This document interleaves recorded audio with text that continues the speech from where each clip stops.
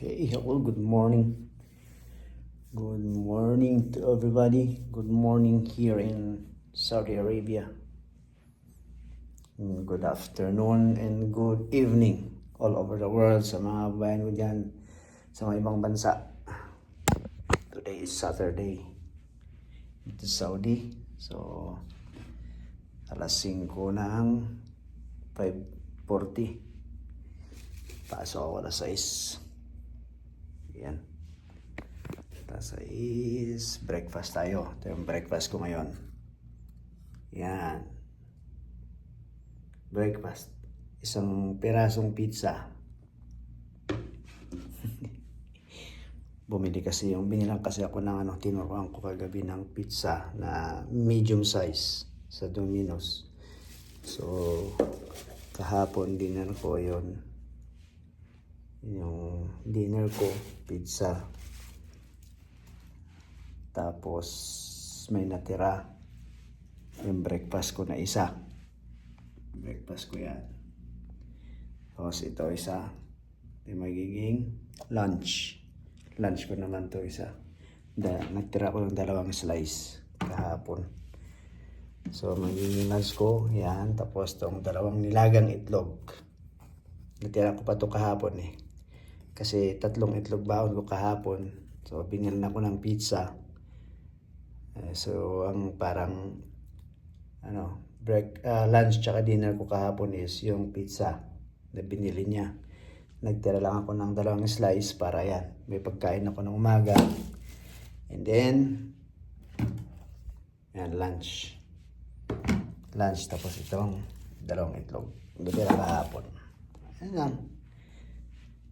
So, breakfast muna ako. Then, bis. Tapos, pasok na sa trabaho.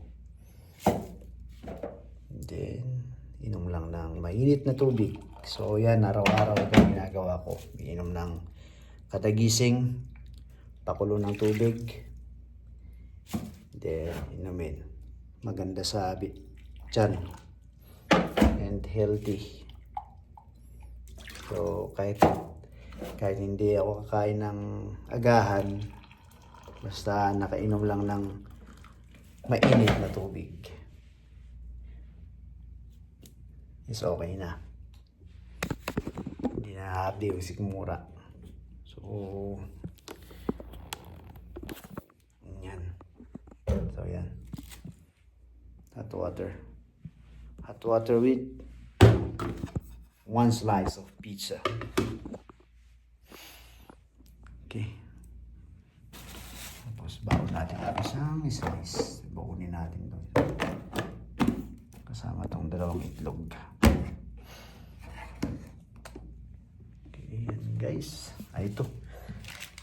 Pang snack ko. Kinuha ko kahapon to sa counter. May dala yung reception namin na yung receptionist namin na ganito, biscuit.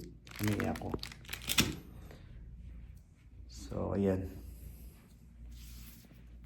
Tiis-tiis lang. Tiyaga. Tipid-tipid. Okay. So, yan guys. Hello. So, ayan. Thank God. May nagdala ng pagkain. Tsaka ng kape. So, yung baong kong isang pirasong pizza at sa 2 itlog. May kasama na. Ayan. Yung isang tinuturuan ko, nagdala siya ng pagkain. Ito. So, egg yung dinala niya kasi umaga eh. Morning kasi umaga pa dito, maaga. Egg with kamatis, tsaka cucumber, and bread, brown bread. Diet. Pang diet yung dinala niya. Alam niya kasing hindi na ako kumakain ng mga mantika, matatamis. Ayan. So, yan. So, di ba?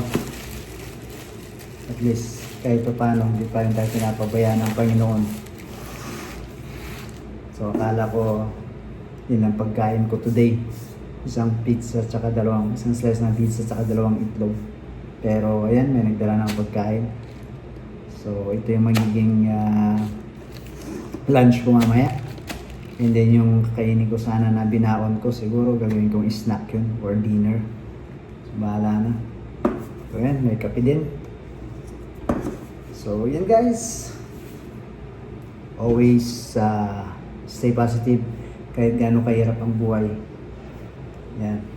Kahit marami tayong problema pinagdadaanan is kailangan always stay positive pa rin.